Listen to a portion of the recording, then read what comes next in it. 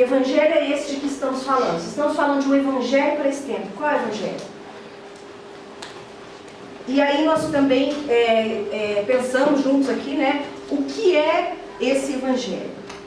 E nós vimos que o evangelho, eles são boas novas, né? De salvação, a respeito de Cristo. O evangelho trata de boas notícias a respeito do que Cristo já fez por nós, daquilo que já está feito. E fala do poder ativo, do dunamis de Deus para salvar aquele que crê, né? E isso provém totalmente de fé, do início ao fim. Nós nos tornamos justos nele, expressando fé em Cristo, na obra redentora naquela cruz, por nós, em nosso favor, e aplacando a ira de Deus, né? Ressaltamos isso. E aí nós vimos que por graça, mediante a fé, nós então estamos sendo salvos, né? Esse é o evangelho. Então a gente pediu para frisar essa palavra, fé, do começo ao fim, não é? Então a fé para entrar na salvação, a fé para manter-se salvo, a fé para chegar ao fim da nossa salvação, a vida eterna, né? Nós falamos então qual o evangelho, né? Porque hoje em dia a gente tem aí uma fragmentação do evangelho, a gente tem um aproveitamento, né, do que a modernidade veio trazer para nós, né? Veja que eu não estou falando de pós-modernidade, estou falando de modernidade. Então um processo de fragmentação das coisas, e nessa fragmentação a gente fragmentou o evangelho também, né? E é interessante que a gente pegou a fatia que mais nos interessa, que mais para nós é confortável, né? A fatia chamada graça, a fatia chamada ele já fez tudo por nós. Nós não precisamos fazer mais nada, ninguém pode ou deve fazer mais nada, porque de fato ele já fez tudo o que precisava para nos salvar, né? Isso é a graça, né? Nós não merecíamos e ele nos salvou. Então a gente agarrou essa parte, né, e ficamos grudados com ela aqui, estou salvo, aleluia, eu estou salvo. Isso é bom, estar salvo. O problema é que a gente se apaixonou demais por esse pedaço, essa fatia do evangelho, e isso não é o evangelho todo, né? O evangelho todo envolve ali, a gente, né, apresentou, três evangelhos que vão sendo discutidos na escritura, a partir das cartas principalmente, mas nos evangelhos já a gente percebe isso, né? O evangelho da graça, que fala de como nós fomos salvos através de Cristo. Nós temos também ali depois o evangelho do reino, que fala a respeito de um propósito. Eu fui salvo não como um fim em si mesmo. Eu fui salvo para quê? Para que eu saí, né, daquela vida que eu estava lá morto e agora ele me deu vida juntamente com ele em Cristo e aí ele me salva, ok? E aí acabou? Para quê? Eu estou sendo salvo. Existe um propósito, não é? Falamos a respeito dele estar nos reposicionando em Cristo, não é? Redimindo todas as coisas, e aí a gente já fala do Evangelho Eterno. O Evangelho Eterno que diz a respeito do que está sendo salvo. O homem, quando caiu, né, ele trouxe debaixo, né, da consequência do pecado, da maldição do pecado, né, a natureza e todas as coisas que foram então sofrendo. Toda a criação ficou sujeita, não é, por causa do pecado, porque o homem era aquele que exercia o domínio. O homem caído agora não tem mais posição de domínio. Todas as coisas que ele dominava agora estão caídas, não é? E aí a gente vê a possibilidade em Cristo, através da graça, nos redimindo, nos reposicionando com Ele, nos colocando assentados nas regiões celestiais. Agora podemos então ter a missão, né, o propósito de redimir junto todas as coisas. E esse, né, fala muito do Evangelho Eterno. O Evangelho Eterno que começou já a partir de Cristo, né, e ele tem sequência até aquele dia, né, em que ele volta.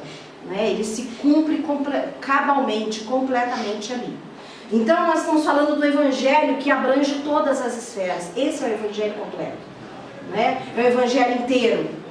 Então nós temos esse problema aqui, nós falamos aqui, né? Nós repartimos esse Evangelho, fragmentamos ele. E o que é o reino? Nós perguntamos, tá, ok, estamos falando do evangelho do reino, demos uma ênfase a essa parte do evangelho. O que é o evangelho do reino? O que é o reino em si? Né? De que reino estamos falando? Ele vem falar então que o reino é Deus estabelecer o seu domínio e o seu governo sobre todas as coisas. O reino é Deus se revelando a sua natureza a nós. O reino é Deus se aproximando da criação e transformando ela. Não é? Isso é o reino, é o Deus se revelando a respeito de todas as coisas. Falamos que existem lugares em que a gente não viu o reino chegar ainda. Né? O reino está lá, a gente vê morte, vê assassinato, violência, a gente vê destruição, a gente vê a natureza gemendo, né, e se manifestando aí, a gente vê tantas coisas, né, tantas catástrofes, e aí o reino não chegou ainda. Né? Então, cabe a mim que sou homem redimir todas as coisas. Né? Ele nos coloca numa posição de intercessão entre céu e terra. Né? Interceder é justamente isso. É trazer o céu na terra. A igreja tem esse papel. A igreja, eu, você. Nós somos igreja. Né? Aliás, corrigindo, cada um de nós uma pedra viva. E todos nós juntos a igreja de Cristo. Né? Então, isso foi o que a gente tratou, né, a respeito desse evangelho. O que seria o evangelho? Né, e aí depois vamos aplicando para esse tempo. Ok. Nós terminamos ali falando a respeito da necessidade de reposicionar também o Cristo nesse evangelho completo no lugar que é de direito dele, que é o centro. Né? Uma das questões que nos afeta muito em relação à pós-modernidade seria essa falta de centro, de centralidade, né? De absolutos. Então nós vemos aqui a necessidade cada vez mais de nós entendemos e trazemos o Cristo de volta para o lugar que é dele, que é o centro. Porque se ele está no centro, todas as coisas vão para os seus lugares. Né? No centro da nossa vida, no centro da igreja, né? No centro daquilo que nós chamamos que é o reino de Deus. Porque, diferentemente das outras religiões, né, que são normas, né, ali de princípios, valores para a vida, maneiras de como a gente vive melhor, de como a gente vive melhor em sociedade com o outro, né, o evangelho e o cristianismo, ele não é uma mera religião em si, como as outras. Né? Então morre-se o fundador das religiões, os fundadores, e fica ali os valores, os princípios. Não é?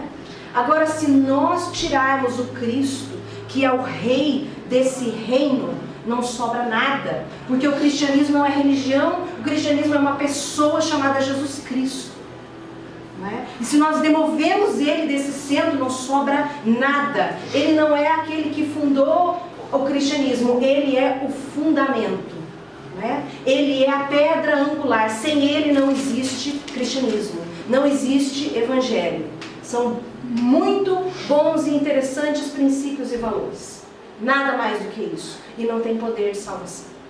Né? Então precisamos trazer de volta o Cristo para o lugar que é de direito dele, o centro de todas as coisas. Eu trouxe o versículo novamente aqui. Dá para ler mesmo sem apagar? Sim? Ok, então ninguém pode lançar outro fundamento além daquele que já foi posto, isto é, Jesus Cristo. Então hoje a gente parte daqui, né? A partir desse centro, desse fundamento. Ninguém pode lançar, ninguém pode criar, inventar uma outra forma de se fazer evangelho. Ninguém pode acrescentar algo novo daquilo que já está estabelecido. Cristo como fundamento de todas as coisas, né? Já está posto. O que nós fazemos agora é construir sobre o fundamento que já está posto. E aí a palavra vem dizendo, na sequência aqui lá em 1 Coríntios, Paulo vem e fala para os nossos irmãos ali a respeito do que tipo de material eles estão colocando em cima. E é a respeito disso que ele vem corrigi-los também, né? Alertá-los. Se for ouro, pedras preciosas, prata, feno, palha, né? Aquele dia irá revelar todas as coisas. Né? Aquilo que for passar pelo fogo e sobreviver sobre o fundamento, isso fica. Aquilo que não permanece, já sabemos, está destruído. Estamos aqui falando, né, na igreja, o tema geral aí, sobre aquilo que pode ser abalado, né? Para que o que é inabalável se estabeleça, aquilo que pode ser mudado, deve ser mudado, para que aquilo que é eterno se estabeleça, permaneça, né? Então nós estamos falando isso, a respeito disso, né? O que precisa ser demovido da minha vida para que o Cristo venha para o centro. Aliás, primeiro, dizendo o que eu disse, se o Cristo vier para o centro, o que precisa ser demovido? Porque se o Cristo não vier para o centro, não adianta eu tirar nada do lugar, né? Não adianta eu melhorar, ajeitar melhor a casa, igual a gente faz em casa, assim, para ver se cabe as coisas no guarda-roupa, na estante, tira uma coisa, põe a outra, vira de lado, né? A gente faz isso, né? Não adianta. Ou Cristo vem para o centro, ou nada vai ser abalado, né? Vamos lá então.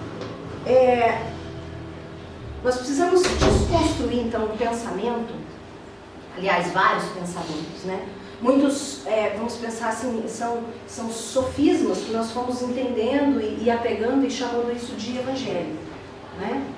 Então, uma das questões, né, que eu queria trazer aqui a respeito da renovação desse entendimento, do nosso entendimento, é o fato de que o reino, ele já veio. O reino, ele não está por vir um dia, quem sabe, naquele dia glorioso, quando Jesus voltar, então o reino veio. Não, ele já veio. O reino é o Filho de Deus. E todas as vezes que o Filho de Deus, ele falava a respeito do reino, né, nos primeiros anos do ministério, seja nos evangelhos de Mateus, Marcos, Lucas, ele vem falando um termo que é talvez conhecido da gente, né? O reino de Deus está próximo. Né? Arrependei-vos, ele traz a mensagem de João Batista, o reino de Deus está próximo. E o reino de Deus, essa terminologia está próximo, essa expressão, ela é a palavra egiken no grego, e ela significa uma coisa que iniciou já e ela continua. Então o reino já teve início. Então Cristo, quando falava está próximo, ele está falando de si mesmo, ele apontava para si mesmo. O reino chegou, está aqui. E esse reino agora continua. Percebe? Então o reino, ele já veio. O reino, ele continua. Ele não está por vir, não existe outra coisa para a gente esperar. Não existe uma outra coisa nova para a gente aguardar. Claro, ele vem totalmente a partir, né, na sua segunda vinda. Mas o reino de Deus já veio com ele quando ele esteve aqui na terra, redimindo todas as coisas e reconciliando todas as coisas com ele, não é? Inclusive a humanidade e as coisas criadas. Então, lá em Lucas 17, 20 e 21, diz lá: o reino de Deus não é detectado por sinais visíveis. Não se poderá dizer, está aqui, está ali, porque o reino de Deus já está entre vós. Esse entre vós está próximo, está no meio de vocês, está em vocês. Né? Essa é a mesma palavra que eu disse para vocês aqui, egiken. E aí a gente tem essa proposta de Jesus, ele está respondendo aos fariseus aqui, porque eles estão perguntando como eles vão saber quando o reino vier. E aí, os discípulos, perdão. E aí ele responde, o reino não adianta dizer está aqui, está ali, está lá. O reino vem de forma invisível. Né? E aí nós falamos na semana passada a respeito, né, daquele texto de Romanos, em que ele vai dizer assim: o reino de Deus não é comida e nem bebida, mas paz, justiça e alegria no Espírito Santo. Ou seja, o que é comida e bebida? O que é comida e bebida? São coisas materiais, são coisas palpáveis, coisas daqui dessa terra. Paz, justiça e alegria no Espírito Santo são coisas do céu, são coisas do reino que são invisíveis. Então o reino, ele não vem em forma de manifestação material. O reino, ele vem de forma invisível. Não é? Está em nós, está dentro de nós. Eles olhavam para Jesus e eles não viam o reino. E o reino estava ali. Hoje, muitas vezes, hoje essa é uma realidade da igreja, inclusive a igreja de Cristo na Terra. O Cristo veio, Ele está aqui, e nós não reconhecemos o reino. Não é? Então, a gente precisa perceber e entender que Deus, né, Ele não muda, Ele permanece. Né? Isso é interessante pensar a respeito do reino que já veio, mas Ele se move. Deus, Ele se move. Ele não muda, jamais. Ele é o mesmo ontem, hoje e será eternamente. No entanto, Ele se move. O reino, Ele se movimenta. E quem nos avisa, nos anuncia dos movimentos do reino é o Espírito Santo. Ele é responsável por nos comunicar as verdades do reino. Ele é responsável por nos mostrar aquilo que não é visível aos olhos. Quando nós falamos e quando nós agimos, nós deveríamos e devemos comunicar o Espírito aos outros. E assim nós vamos estar reposicionados e manifestando o reino de Deus. A nossa forma de viver, de ser, de agir. A gente deveria dar o Espírito às pessoas. Esse é o reino. Paz, justiça e alegria. Isso é na palavra. Isso permanece. Sempre. Ok. O Evangelho do Reino, ele fala a respeito da nossa cidadania, né? Da nossa pátria. Ele fala que lembra de que nós não somos daqui. Estamos no mundo, não somos do mundo. Então o Evangelho do Reino fala de que nós estamos aqui como estrangeiros e peregrinos. E temos uma pátria que não é aqui. Né? Mas aonde nós pisamos a planta dos nossos pés, ali é reino.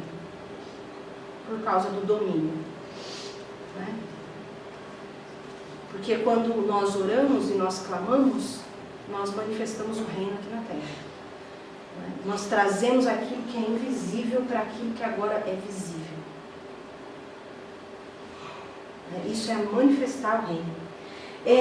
Então, a partir dessa cidadania, né, que nós temos essa compreensão, nós então entendemos que antes disso fomos salvos pela graça. E sendo salvos pela graça, nós fomos colocados, né, de acordo com Efésios 2:6, nas regiões celestiais em Cristo. É lá que nós estamos, essa posição assentados nas regiões celestiais em Cristo, isso nos fala do propósito, do reposicionamento, né? Dessa posição de governo com Ele. Né? Fala esse caráter de sacerdócio que nós devemos exercer. Então, qual que é o propósito de nós estarmos sendo salvos? Né? Nós somos salvos para Deus estar restaurando o sacerdócio ali, né? Vamos pensar nessa imagem. O que o sacerdote fazia? O sacerdote, primeiramente, ele se apresentava diante de Deus. Ele oferecia sacrifícios a Deus. Ele adorava a Deus. E ele precisava ser aceito e aprovado diante desse Deus. E a partir desse momento, então, ele passava a oferecer sacrifício em favor do povo, ou seja, né, fazer uma intercessão em favor do povo. Era isso que o sacerdote, ele ensinava os caminhos, a mensagem de Deus ao povo. Esse era o papel do sacerdote. E o propósito de Deus é nos colocar então de volta no propósito, exercer sacerdócio.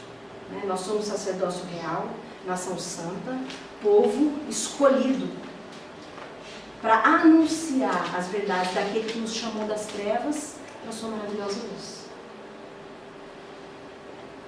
Então nós agora, reposicionados, podemos ministrar diante de Deus em adoração.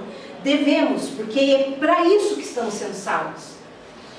Nos apresentar diante dele. sermos aceitos diante dele. Aliás, na salvação fomos aceitos pela justiça de Cristo. Agora nós vamos sendo provados pelas nossas obras.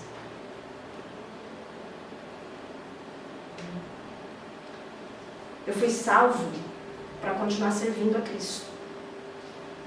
Eu fui salvo para ser escravo de Cristo.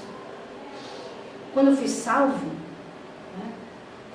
acabou o eu, acabou a minha vontade. É Ele no trono, no centro. E se existe alguma coisa diferente disso acontecendo na minha vida, então a gente tem que questionar um pouco onde é que está o Cristo. Que cristianismo é esse que a gente acha que está vivendo? Pensa, imagina. Que evangelho é esse que eu estou acreditando? De uma graça que é medíocre, barata. E por que tudo isso que a gente está falando, né? Por que tudo isso é importante? É justamente por isso, porque por falta de entendimento, por falta de compreensão da palavra de Deus, dos fundamentos, do fundamento, nós estamos interagindo, né, de forma a deixar-nos permear pelas verdades, né, possíveis verdades, pelos pensamentos dessa era. Nós nos tornamos permeáveis a tudo aquilo, suscetíveis, o que essa era comunica. E a gente continua vivendo, chamando o que estamos vivendo de cristianismo. Mas encharcados do mundo. Né? Como uma esponja, né, que vai absorvendo tudo. E por causa desse envolvimento, a gente não está vendo, não estamos atentos e percebendo os caminhos do Espírito e para onde Ele está conduzindo a igreja. Não estamos ouvindo, não estamos discernindo o corpo de Cristo. O corpo que são as pessoas. Né?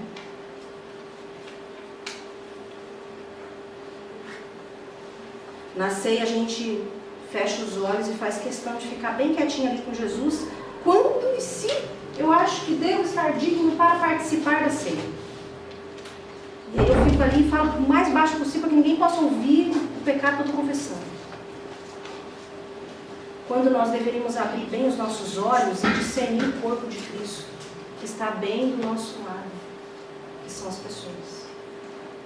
E se existe algo, é com essa pessoa aqui que eu tenho que resolver. Para que eu continue sendo o corpo.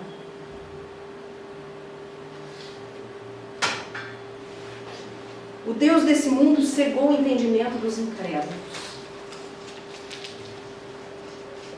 Pelas ausências e gaps de fé, o nosso entendimento tem sido cegado.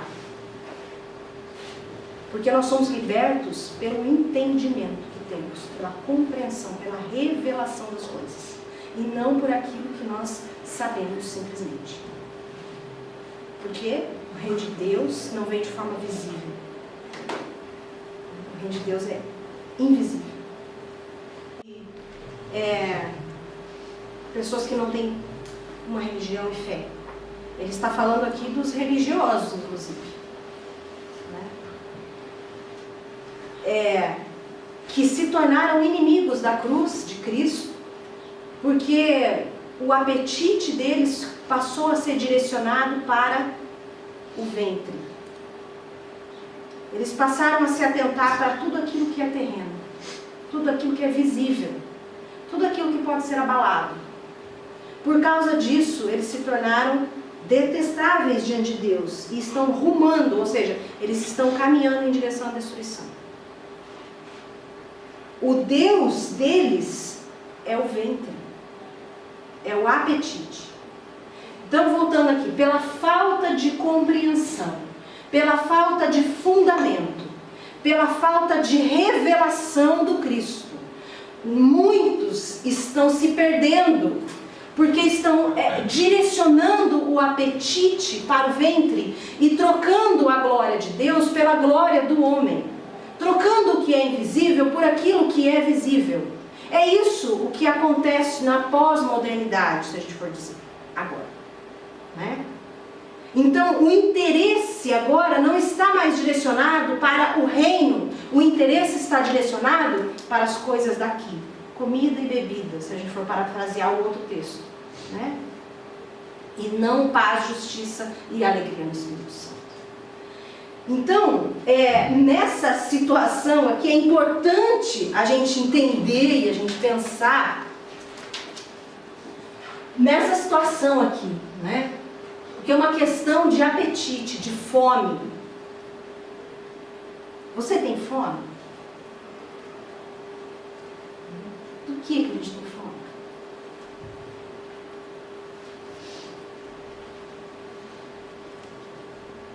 Parafraseando, né? Entre parênteses aí, corta, né? Nossos irmãos profetas, não, estou brincando. Titãs, né? Tem fome de quê? Você tem sede de quê? O que move o nosso apetite nesse tempo que a gente está vivendo? Porque o interessante a respeito da fome é que a gente não deixa de ter ela. A gente sacia e depois a gente continua com fome de novo, né? A gente come e daqui a pouco passa umas horinhas e estou com fome de novo. Depende de pessoa para pessoa, mas é sempre assim. E aí, Jesus um dia, né, ele estava com os fariseus, ele foi jantar na casa de um deles, né, um anfitrião, um líder lá, e chegando na casa estava posto aquele banquete, né, e aí Jesus começou a observar que as pessoas, os convidados chegavam e procuravam sentar nos lugares de maior honra, né, mais próximo ali do anfitrião. E aí Jesus falou, olha, eu vou dar um conselho para vocês. Eu acho que era melhor vocês procurarem os lugares mais distantes e os menos de prestígio. Porque aí se o anfitrião reservou um lugar para vocês de honra, ele então vai convidá-los a sair daquele lugar, né, daquela posição mais humilde, para te colocar e te honrar e te colocar num lugar mais alto. Agora, se você já estiver naquele lugar e aquele lugar não for para você, você vai ser convidado a se retirar diante de todos. Né? Então fica a dica. Os que se humilham serão exaltados. Aí ele vira para o anfitrião e fala, anfitrião, quando você for preparar um banquete, não convida a sua família, seus parentes, seus amigos. Porque eles têm condições de retribuir o favor e te chamar para um banquete no outro dia. Aí você já recebeu sua recompensa. Mas quando você for preparar um banquete para alguém, antes disso, chame os pobres, os doentes, os mendigos, porque eles não têm como retribuir. O que Jesus está falando aqui?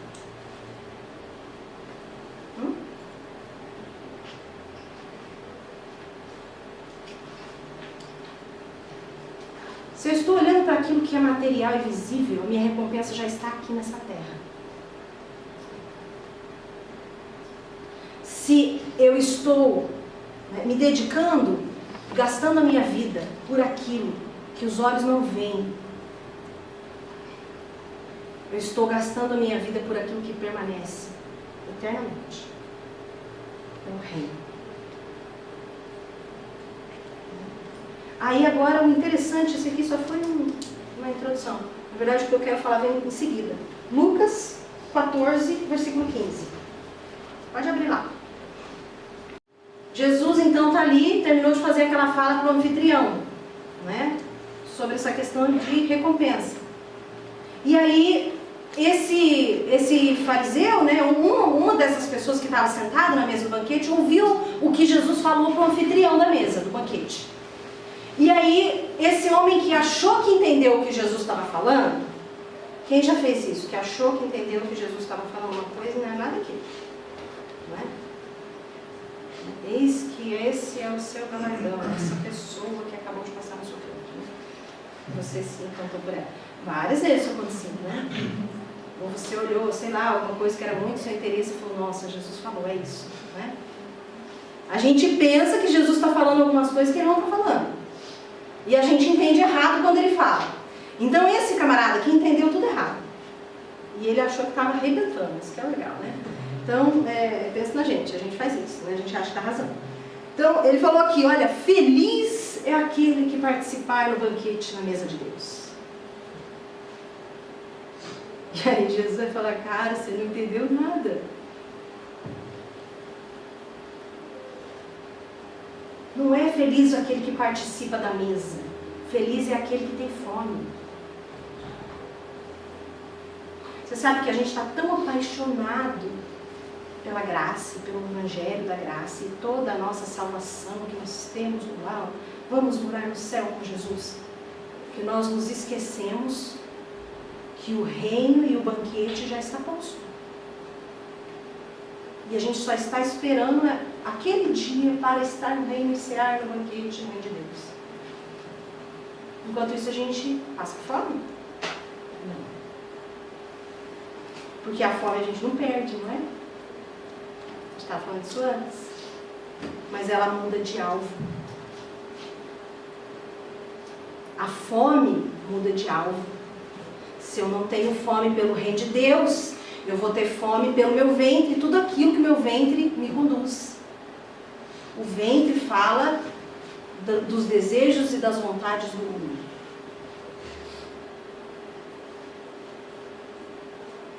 Mais do que em qualquer época, porque isso em todas as épocas, mas mais do que em qualquer outra época, esse é o tempo tão propício, onde tanta oferta, de tanto alimento tem sido feito para saciar o nosso ventre.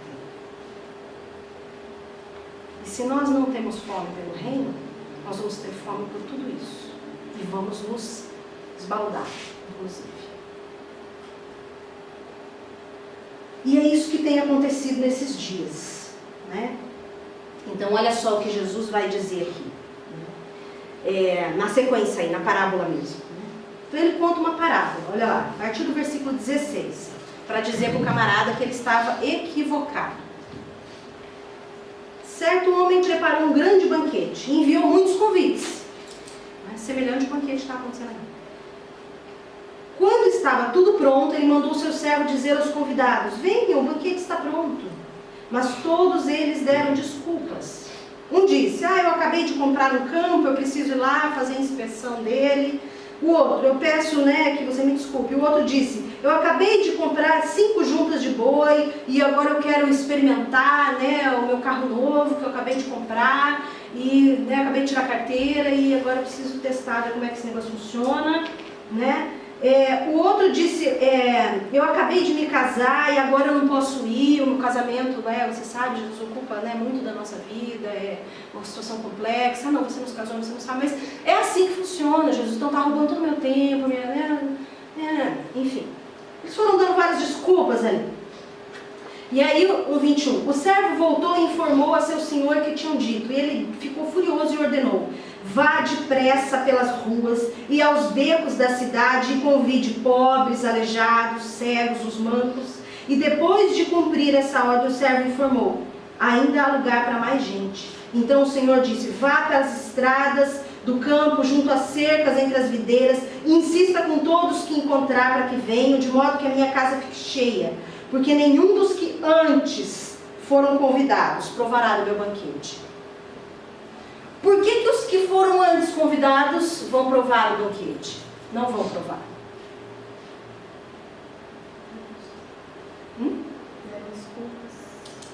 Deram desculpas. Perderam a oportunidade. Porque eles já estavam saciados e satisfeitos. É pecado casar? Pecado trabalhar? Porque é o que eles estavam fazendo. É pecado cuidar da minha carreira, da minha vocação? Pecado? Depende. Pecado, a gente estuda isso na primeira lição do discipulado, né? Pecado é errar o alvo. A A palavra significa, né, mais ou menos isso a tradução, errar o alvo. Quem é o alvo? Jesus, é Deus, né? Então Adão pecou, ele errou o alvo, que era Deus, agradar a Deus. O que ele fez? Agradou a si mesmo e a esposa, né? Então, o que acontece com a fome? A gente não perde ela muda de alvo. E aí, ao invés da gente acertar o reino, a gente acerta as coisas daqui. Pecado é tudo aquilo que nos rouba a fome pelo reino de Deus. Até as coisas lícitas. Se isso está roubando a minha fome pelo reino, isso é pecado. Certo? Então, a gente está falando aqui, né, a respeito do que Jesus está dizendo para eles. Lá em Mateus ele já havia dito aqui, ó, felizes os que têm fome e sede de justiça, porque esses vão ser saciados. E não aqueles que têm a fome satisfeita, porque o Deus é o ventre. Ou seja, tudo aquilo que eu tenho vontade e desejo de fazer, me entrego a isso. Todo esse anseio, né, que eu tenho por isso, por essas coisas. E agora a gente vai em direção, né, a esse tempo. Né? A gente começa a falar um pouco a respeito desse tempo e de uma postura no Evangelho para esse tempo. Então, são tempos difíceis. Né? Não fui eu que disse isso, foi o Paulo para Timóteo. Então vamos abrir lá em 2 Timóteo 3, a gente vai ler junto, do 1 ao 9, né? É isso? Vamos abrir lá, 2 Timóteo 3, só para a gente pensar e situar agora esse tempo, tá bem? Eu vou ler aqui na versão transformada, tá bom? Vamos lá? Saiba que nos últimos dias haverá tempos muito difíceis, porque as pessoas só amarão a si mesmas e ao dinheiro, serão arrogantes e orgulhosas, zombarão de Deus, desobedecerão a seus pais e serão ingratas e profanas. Estavam disputando com Moisés, né? Naquele momento ali, né, na saída do Egito. Então, dá para ter uma visão panorâmica do que são esses tempos difíceis? Alguma semelhança é mera coincidência? Né? Alguém já se viu em situações como essas? Não por você, porque você está de boas, né? Mas os coleguinhas, os seus irmãos. Né? Ele está falando aqui pessoas da fé, ele não está falando do mundo. Né? Pessoas que você viu que estão confundindo a fé. A fome, o desejo e o interesse delas está indo para coisas materiais. Então a gente pode listar aqui algumas delas, né? Me ajuda lá. O amor a si mesmo, né? O individualismo. Né? Amar a si mesmo tem algum problema, gente? Não tem, né? Jesus falou, no próximo com a si mesmo. Ou seja, primeiro você se ama, daí você ama o próximo. Não dá para amar o outro se você não se ama. Aqui ele está falando de uma outra coisa. Né? Falando daquele homem, reinando, sentado em berço esplêndido, né? Façam tudo por mim, tudo que me agrada, tudo que me satisfaça. Ah, não gostei dessa música, não gostei desse louvor, esse pastor não prega bem, a espina está quente, está frio, está esquisito, as pessoas são chatas, elas não conversam comigo, elas não me cumprimentaram, o líder não me olhou, não me deu atenção. Né? É dessas pessoas que a gente está falando aqui. Amarão a si mesmas e ao dinheiro. Jesus fala que não dá para amar dois senhores, não é mesmo? Por quê? Qual que é o problema de amar dois senhores? Porque não tem espaço de amor? Porque eu vou amar um e odiar o outro, vai servir, sabe? Né? Então, aqui ele fala, serão arrogantes, orgulhosas e zombarão de Deus. Desobedecerão seus pais, serão ingratos.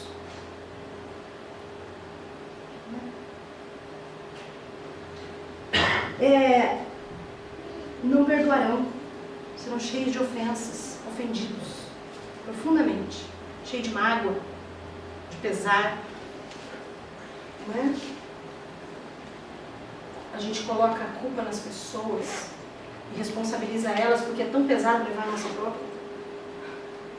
E como a gente não consegue levar ela para Jesus, a gente tenta carregar, não consegue. O que ele faz? Transfere. Daí a culpa é do colega, do amigo, é o outro que me feriu, que me magoou, que, né, fez algo contra mim, que não me aceitou, que não me ouviu, que não falou direito comigo, que me traiu. Né? O problema é do outro. Tá tudo bem comigo. Né? E aí a gente não se responsabiliza, a gente não cresce. Então, o que a gente está falando de gente aqui que é imatura, que é superficial? Estamos falando de um evangelho fatiado em pequenas porções, né? E as porções que são aceitas são a da graça. E aí a gente para de ter fome pelo reino e começa a ter fome por tudo que tem em volta, informações e tudo mais. Então, olha só. Esse tempo, a gente precisa levar em consideração o aspecto cognitivo, afetivo e o aspecto comportamental. O que quer dizer com isso? Existe uma busca, um anseio desenfreado, não é? Por aquilo que é o saber, pelas informações. Eu não falo nem a respeito de conhecimento, né? A busca pelo conhecimento e o saber como um fim em si mesmo, né? Isso é questão da modernidade, embora ainda tenha efeitos nos nossos dias, né? Um racionalismo muito grande, e teve os seus méritos, mas a fé não trafega por aí só. Né? É importante saber. Mas a questão dos nossos dias é isso, são essas muitas possibilidades de saberes, e aí a gente não está selecionando informações. A gente ouve qualquer coisa. A gente empresta os nossos ouvidos para ouvir qualquer coisa. A gente empresta os nossos olhos para ver e assistir quaisquer coisas. A gente empresta os nossos lábios para comunicar quaisquer coisas. Ou os nossos dedos, né?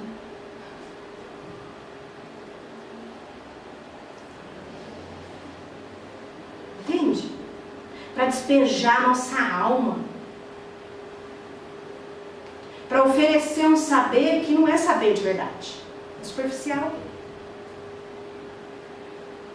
A gente recebe também aquilo que é superficial.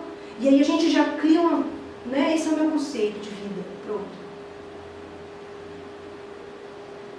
E a gente nem passa pelo filtro do que é a palavra de Deus. Qual que é o resultado desse monte de coisa que entra, né? É Netflix que entra. Eu curto super Netflix, super curto séries, gosto de assistir filme e tal. Né? Mas a questão é, isso rouba a minha fome pelo reino? Você sabe que na Rússia isso? Que acho que é na Rússia, já é tratado como patologia, inclusive nas empresas. É no Japão? Obrigada. Como patologia nas empresas, inclusive, a compulsão pelo celular. É vício. Patológico. Há clínicas de recuperação. Há clínicas de recuperação para pessoas com esse tipo de compulsão. Percebe? É vício mesmo. Não consigo ficar sem aquilo. Aquilo me alimenta. Mas é sem fim, não é? Deus é o ventre. O ventre não sacia a nossa alma. Então, a humanidade está doente. Não é como alguém falando isso, não. Nós estamos adoecidos. Nós não conseguimos nos compadecer, né, daquela pessoa, mas a gente consegue fotografar a pior cena dela, o pior momento. E informar. Né? Estamos falando desse aspecto cognitivo.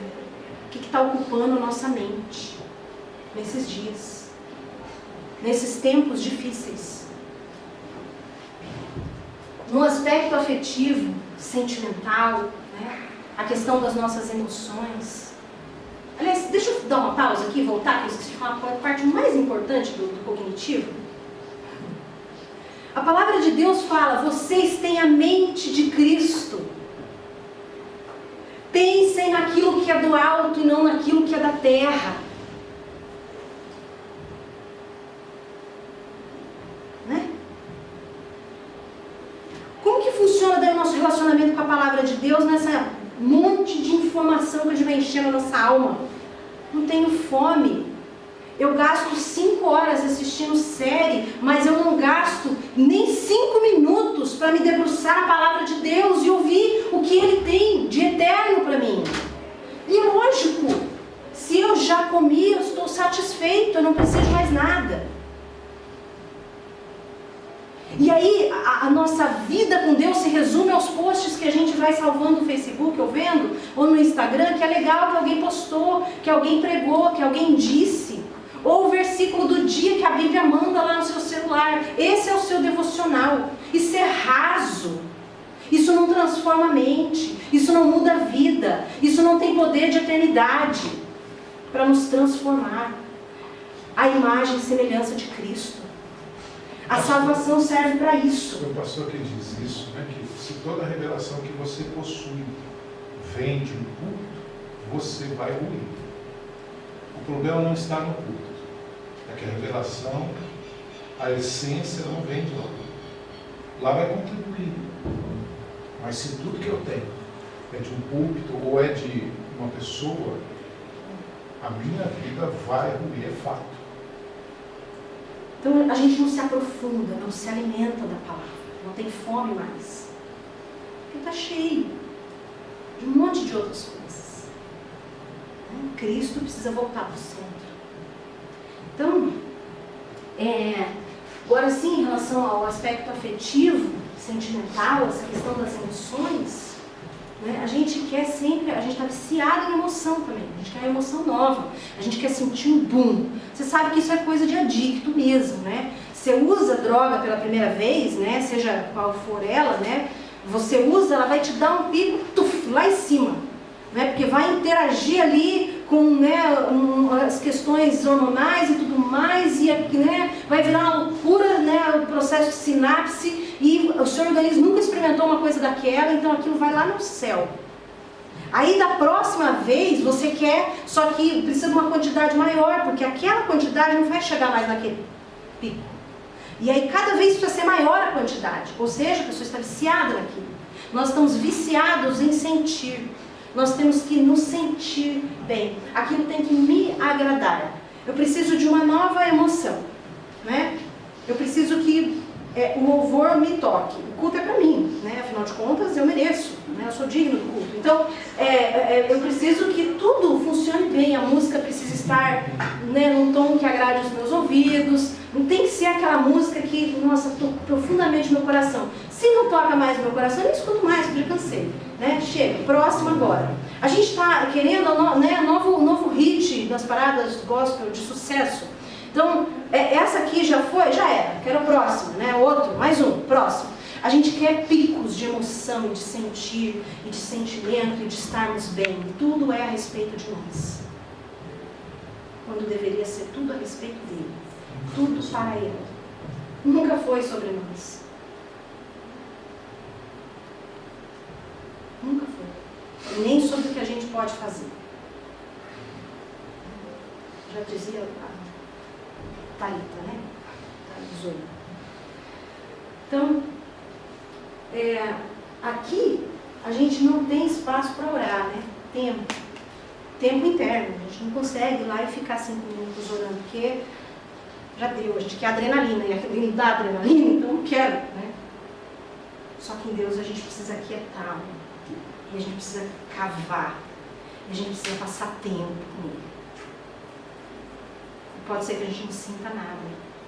Mas a gente faz isso lembrando, do início, por fé. Porque a fé é do início ao fim. Então essa é uma postura que a gente deve ter. O aspecto comportamental. Um novo método. 10 passos para você ser feliz, a partir de agora. Né? 21 maneiras para você emagrecer ou tornar-se um líder de verdade. Se você se comportar dessa e dessa forma aqui, ó, vai ficar legal para o seu lado, né? Se você ocupar esse cargo, né? Com performance, comportamento. E a gente está viciado nisso. A gente acha que isso é suficiente. A gente acha que isso resolve tudo. Só que, voltando lá no cognitivo, né? O padrão de pensamento determina comportamento. E olha que legal, né? Isso não é meu não, isso eu ouvi de alguém. Em Apocalipse, né, a marca da besta, né, a 666, temida besta, Satanás, é na mão e na testa. Padrão de pensamento determina o comportamento. E a gente está esperando chegar o número, a marca, o chip da roupa, o tipo isso aqui, entendeu? Já é, agora. O Deus desse século cegou o entendimento. Né? E aí o comportamento é de acordo com ele. O padrão de pensamento vai determinar a forma como eu vivo. Como eu me comporto. Né? Em 2 Timóteo 4, 3 ao 4. Verdadeiro. Eles seguirão os próprios desejos, os afetos, as emoções, né? E vão buscar mestres, né? Pessoas que digam o que agrada a eles, né? Aquilo que me coloca no centro, né? Que eu sinto melhor. E vão rejeitar a verdade e correrão atrás de mitos, fórmulas para ser feliz. O melhor produto para se vender a partir de agora, né, falando de humanidade, é felicidade.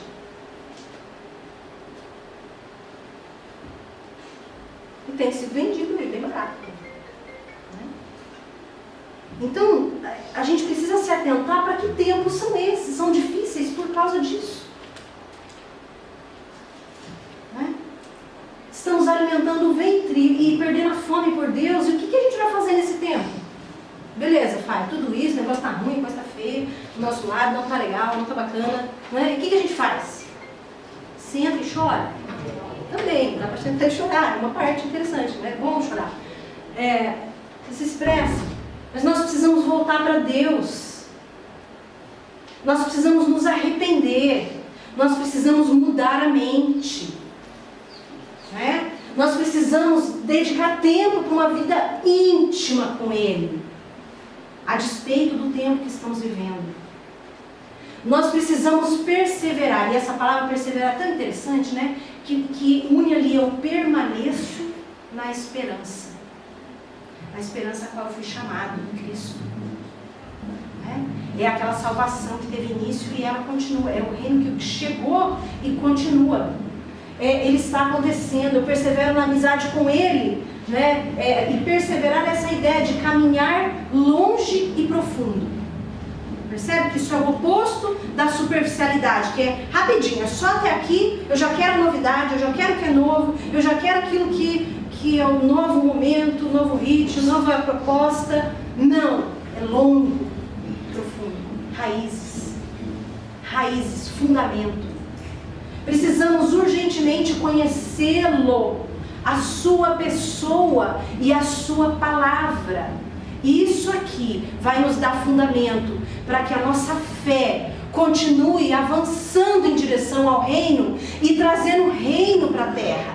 Vai nos dar propósito e sentido de existência. Caso contrário, nós vamos estar consumindo o produto felicidade barata que está sendo vendido por aí. Né? Então, eu gosto muito desse texto, muito mesmo. Fez parte de uma peça nossa uma vez, de dança e teatro. Né? Esses são os dias. Está chegando o tempo, diz o Senhor, em que enviarei fome sobre a terra. Não fome de pão nem sede de água, mas de ouvir as palavras do Senhor. Então, que tempos são esses difíceis? São tempos em que nós precisamos ser batizados com fome, em que o Espírito Santo está nos batizando com fome pelo reino de Deus. pela sua justiça. Porque bem-aventurados aqueles que têm fome e sede de justiça. Por quê? Porque eles vão ser saciados. Jesus, ele vem para buscar a sua noiva. O noivo vem para buscar a noiva. E a característica da noiva é que ela anseia, ela tem fome, ela deseja o noivo. Como é que está o nosso anseio pelo noivo? Para a gente encerrar aqui, eu vou querer que a gente abra em Oséias, capítulo 6, os versículos de 1 a 6 nós vamos ler. Em pouco tempo nos restaurará e logo viveremos em sua presença. Ah, como precisamos conhecer o Senhor. Busquemos conhecê-lo e ele nos responderá, tão certo como o amanhecer ou vem as chuvas da primavera. Ó Israel e Judá, que eu farei com vocês? O seu amor se dissipa como a neblina da manhã e desaparece como o orvalho à luz do sol. Eu enviei os meus profetas para despedaçar vocês, para matá-los com as minhas palavras, com julgamentos inescapáveis como a luz. Eu quero que demonstrem amor e não que vocês ofereçam sacrifícios. Eu quero que vocês me conheçam mais do que eu desejo holocaustos. Deus nos salvou para que possamos conhecê-lo, e a vida eterna é essa: conhecer ao Filho, Jesus Cristo, ao Pai, ao Deus verdadeiro, ao Deus único. Isso é a vida eterna. Viver um relacionamento íntimo com Ele, de anseio pela vida dele, todos os dias. Então, esse tempo é um tempo de nós voltarmos. Esse é um tempo de nos arrependermos. É o que Ele espera. A palavra serve para nos matar, para nos ferir. E é a ferida que Ele faz e Ele mesmo sara. Se nós voltar a nossa mente, o nosso coração, pôr Ele para o centro, pôr Ele no centro de volta, entendendo que o reino já é agora. Sabe, Deus não tem nada contra a novidade. Nada. Ele é super a favor. Ele mesmo diz, lá em Isaías 43, eis que eu estou fazendo uma coisa nova. Vocês não a reconhecem? Vocês não estão percebendo? Em Romanos ele vai falar, vivam em novidade de vida. Uma vida nova. Em 2 Coríntios 5,17 ele diz que nós somos uma nova criação. Que as coisas velhas passaram. Tudo já se fez novo. Ele fala para que o nosso homem interior seja renovado de glória em glória, novo. Deus não tem nada contra a novidade. Ele é a favor. Renovar a mente. Só que a novidade de Deus está relacionada não a algo passageiro, mas aquilo que é eterno. A novidade de Deus fala de transformação, fala de crescer, de maturidade, de estatura de varão perfeito, fala de nos tornarmos a cada dia mais semelhantes a Jesus Cristo, porque é por isso que estamos sendo salvos, para sermos semelhantes a Ele, e não para nos assentarmos e aguardar o reino, distraídos, saciados com essa era. Vamos voltar. Esse é um apelo do Espírito Santo nesses dias, para nos batizar com fome do reino. Amém? A gente vai ficar por aqui.